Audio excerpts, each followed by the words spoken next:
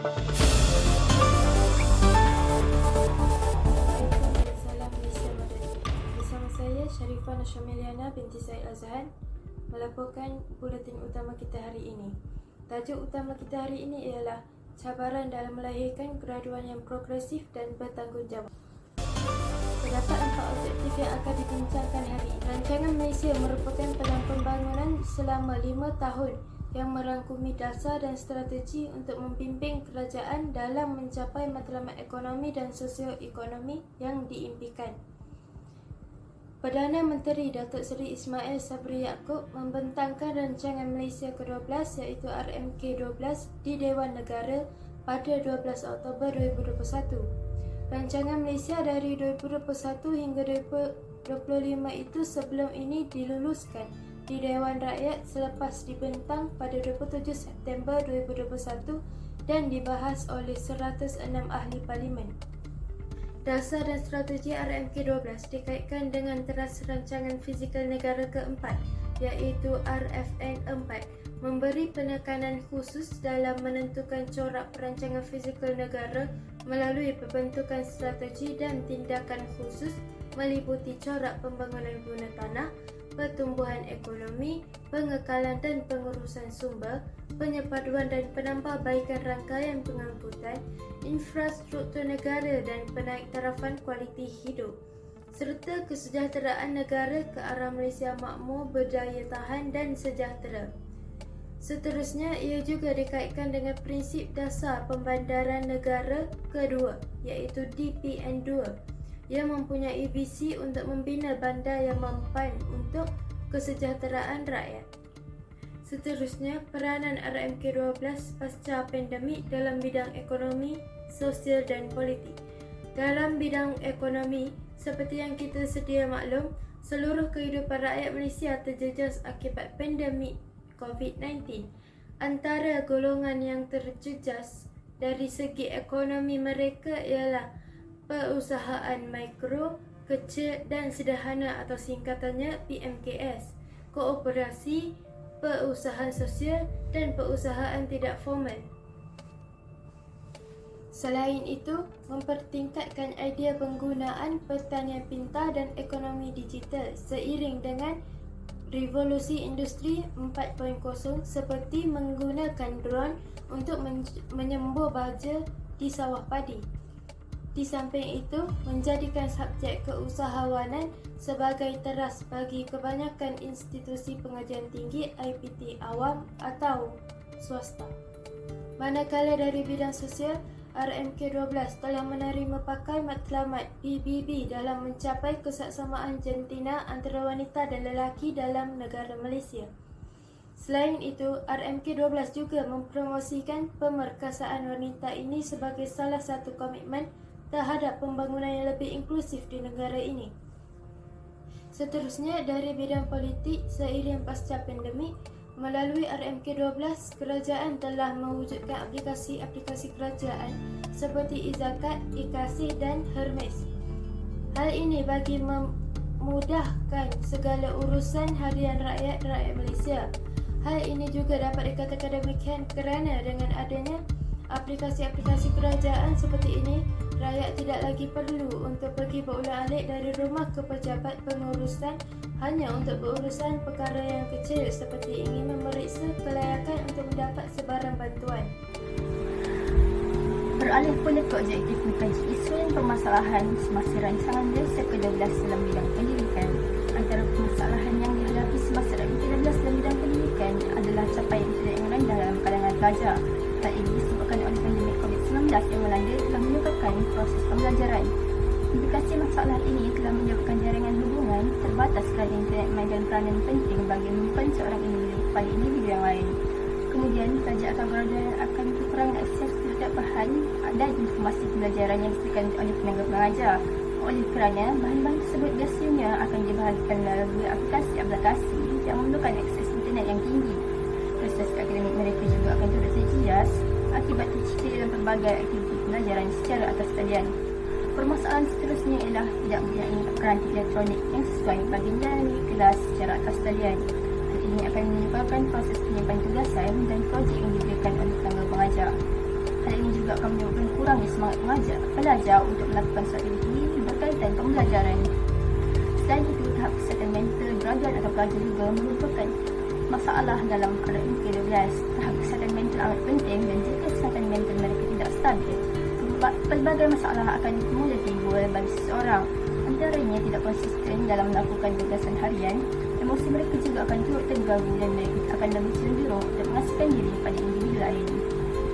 Berikut merupakan anggaran praktik kemurungan Malaysia merujuk pada Malaysian Journal of Psychiatry yang dijalankan di Malaysia pada tahun 2017. Kadar kemurungan dalam kalangan pelajar MCT di Malaysia telah dianggarkan sebanyak 27.2% dan pada kajian yang dijalankan daripada Asia Pasifik Journal of Public Health pada tahun 2010 telah menganggarkan kemurungan dalam kalangan pelajar sekolah menengah mencapai sebanyak 32.5%.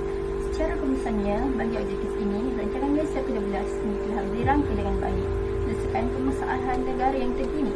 Rancangan ini juga berjaya meningkatkan semula prestasi pendidikan Malaysia, terutamanya dalam sektor pengajian tinggi. Dan dapat juga kita memastikan bahawa kepentingan para kajuan dan pelajar sama sekali tidak disisihkan. Seterusnya, perbincangan cadangan penyelesaian bagi mengatasi masalah dalam bidang pendidikan akan diteruskan oleh saudari Izni Rosli. Terima kasih saudari Aisyah kerana sudah menguraikan isu dan permasalahan semasa RMK12 dalam bidang pendidikan. Kini, saya Nur Izni Rosli akan berbincang tentang cadangan penyelesaian bagi mengatasi masalah tersebut. Pertama sekali, sepanjang PDPR dilaksanakan, terdapat pelajar yang tidak dapat menyertai PDPR tersebut kerana mempunyai capaian internet yang rendah.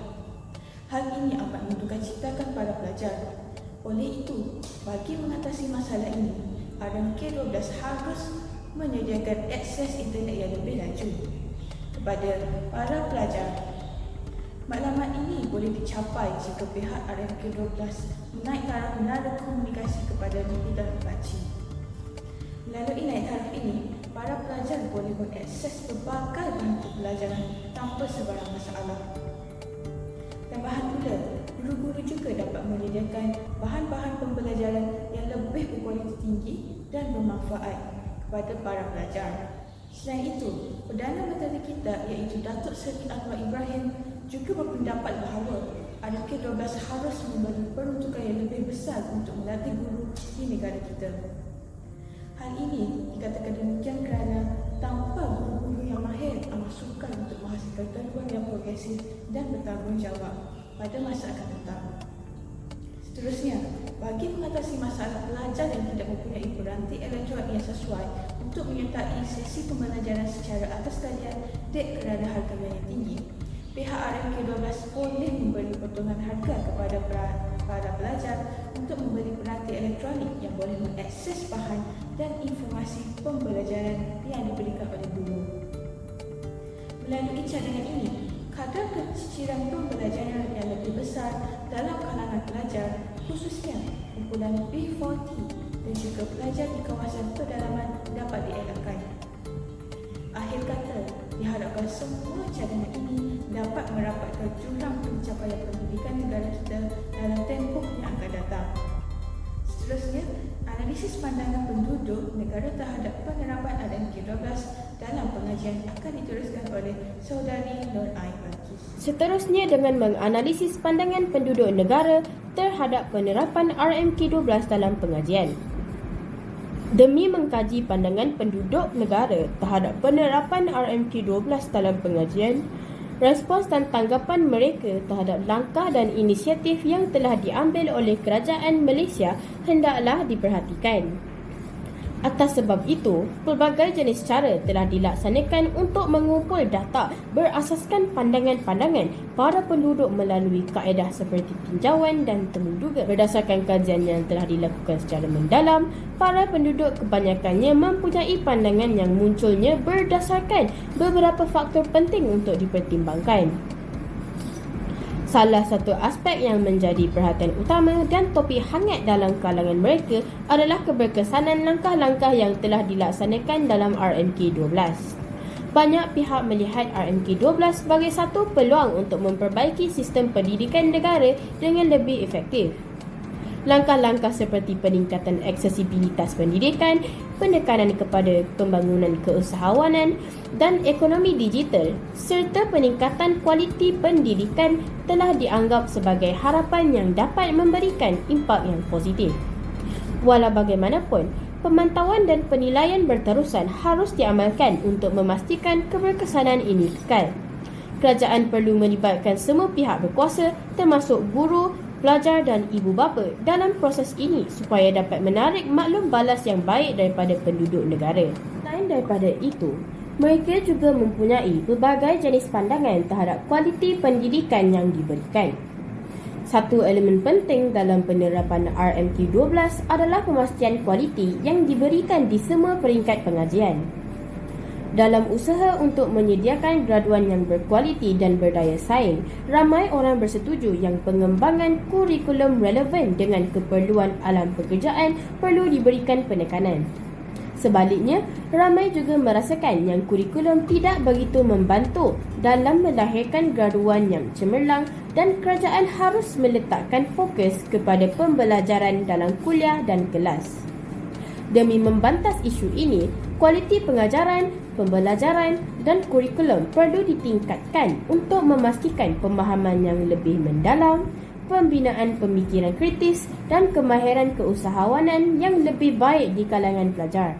Selain itu, penting juga untuk memastikan kualiti pengurusan dan pentadbiran sekolah serta institusi pengajian tinggi agar dapat menyokong proses pembelajaran dengan efektif. Dalam konteks ini, pelibatan dan latihan guru serta pensyarah dalam bidang pembelajaran dan teknologi pendidikan juga merupakan aspek penting dalam memastikan kualiti pendidikan yang diberikan supaya pandangan rakyat tidak bercampur aduk dan akan lebih menyandar kepada pendapat positif terhadap pelancaran RMK12. Di samping itu, terdapat juga pandangan terhadap penyelesaian masalah dalam sistem pendidikan negara. Penduduk negara, terutamanya golongan ibu bapa, beranggap RMK12 juga perlu memberi tumpuan kepada masalah-masalah yang berada dalam bidang pendidikan negara kita. Mereka berpendapat yang selagi isu-isu besar tidak diselesaikan, maka sistem pendidikan negara kita tidak akan dapat untuk berkembang maju. Antara isu yang perlu diatasi termasuklah divisi digital di kalangan pelajar dari latar belakang sosioekonomi yang berbeza.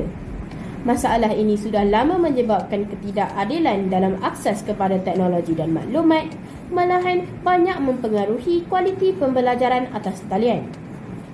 Perkara ini boleh dilihat dalam sebuah rangkap diambil dari artikel ditubuhkan di New Straits Times.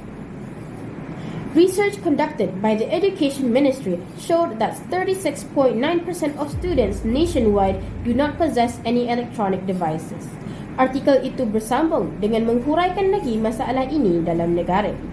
Oleh itu, tindakan bersesuaian hendaklah diambil demi mengatasi hal ini, seperti memperluas akses kepada peralatan teknologi, sambungan internet dan latihan penggunaan teknologi kepada pelajar yang kurang berkemampuan.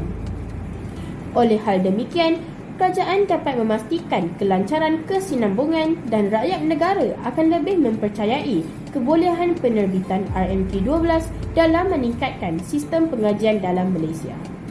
Sebagai kesimpulan, penerapan RMK12 dalam pengajian mendapat respon yang berbeza daripada penduduk-penduduk negara. Beberapa melihatnya sebagai sesuatu langkah yang sangat positif untuk memperbaiki sistem pendidikan negara, manakala terdapat juga pandangan skeptis dan kritikal yang mempertikaikan kesan-kesan negatif pembelajaran atas talian, kesenjangan digital di kalangan pelajar serta keberkesanan langkah-langkah yang dilaksanakan.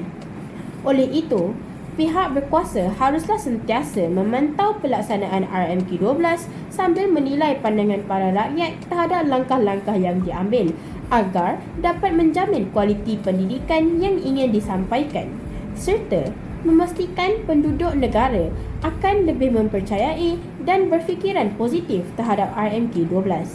Dengan kerjasama dan komitmen daripada semua pihak, kita akan dapat memajukan sistem pendidikan negara ke tahap yang lebih baik dan mempersiapkan generasi muda untuk menghadapi cabaran masa depan. Akhir sekali, kesimpulannya, Setelah meneliti pelbagai rujukan dalam membahas isu cabaran dalam melahirkan graduan yang progresif dan bertanggungjawab, ini dapatlah kita simpulkan bahawa pelbagai cabaran yang terpaksa negara atasi demi membangun negara Malaysia walaupun ketika pasca pandemik. Pelbagai inisiatif juga telah kerajaan laksanakan melalui rancangan Malaysia ke-12 dalam menyelesaikan masalah yang dihadapi negara, terutamanya dalam bidang pendidikan.